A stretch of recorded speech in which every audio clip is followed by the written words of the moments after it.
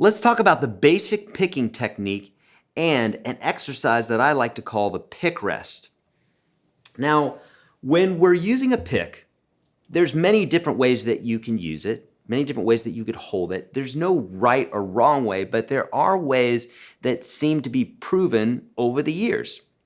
So just like we could technically hold a pick between our thumb and our pinky, nobody does that, and for good reason, right?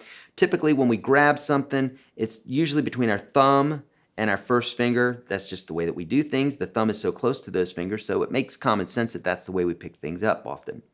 So even though technically you could hold your pick between your thumb and your second finger or your middle finger here, we find that it's best, and I say we, like overall, most folks will hold the pick between the thumb and the first finger. Technically, you could hold it between the thumb and the knuckle, but you're not going to have as much control as holding it between the thumb and the first finger, especially at the tips of those fingers. You're going to have more control over it. Now, of course, the pick seems foreign to most folks at first. You'll find folks just using their thumb because you're born with your thumb, it's been around for a while, and so you're going to be more accustomed to it. So now bringing in this pick, it's a little bit more foreign. So we have to get used to it. I always tell folks, carry that pick around with you everywhere, especially as a new player, because when you do, you're going to get used to just holding the pick. And then when you go to use it on the guitar, now you're accustomed to holding the pick, so you're good there, right?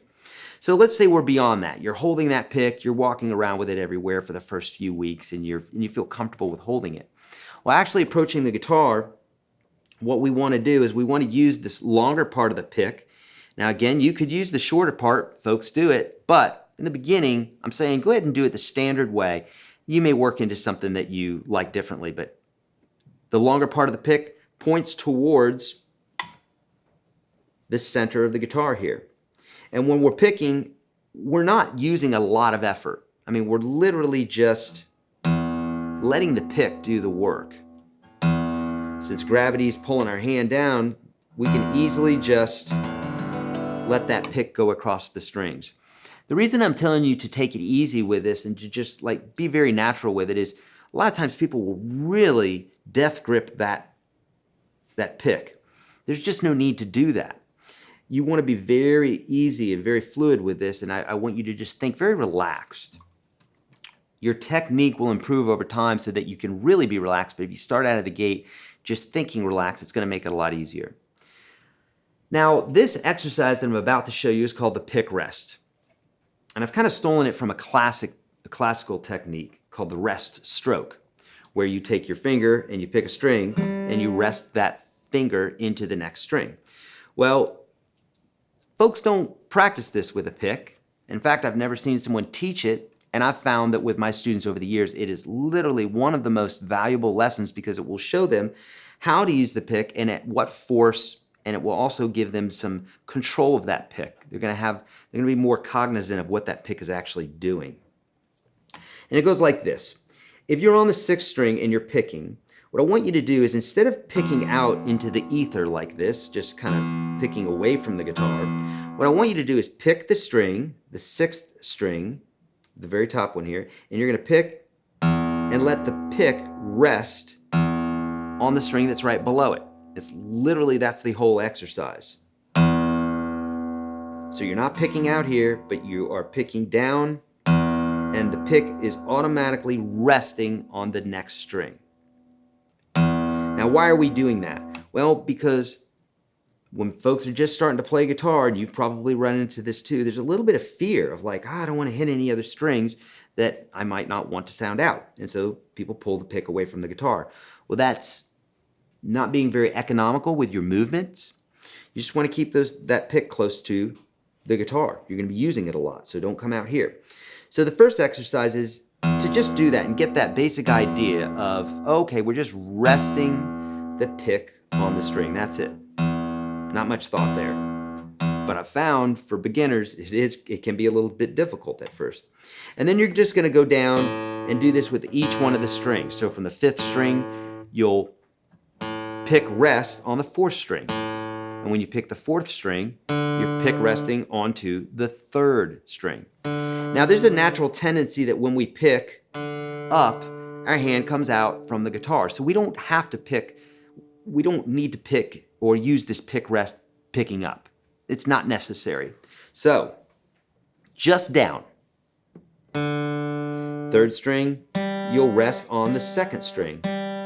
And the second string, you pick that, you'll rest on the first string. Now for some of you, you're saying, well, that's really, really easy. Great, that's awesome. You're ahead of the game then.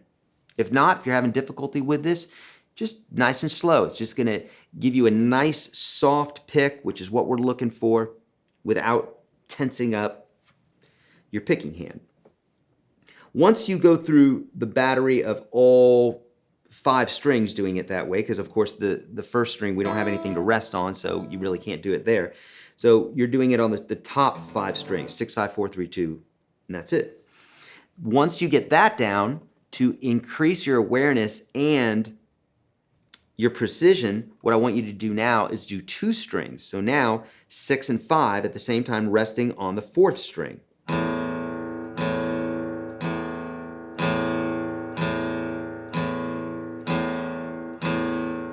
It's also going to put your hand at just the right angle. So is there a perfect angle? No, not really. But again, what seems to be the angle that works the best is about a 45-degree angle. But again, what works best for you is what's going to work best for you. And every player is different. So try not to get stuck in the minutia of what angle should it be at. No player's really thinking that, okay? You just want to be comfortable, what feels good to you. So in this case here, 6 and 5, we're resting on that 4th string. What I don't want you to do is this. You could do that, but now you're picking individual strings. What I'd like you to do is pick 6 and 5 almost at the same time, right? It's in sequence, so it's never going to be at the exact same time, but it'll be close. It'll sound like it. And then I'm resting on that 4th string. Then you're going to go through and do the same thing for all sets of 2 where you have a string below it. So now 5 and 4, resting on the 3rd string.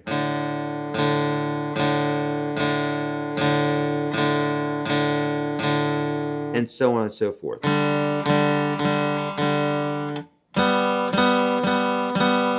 And then you'll do that with 3 notes at a time.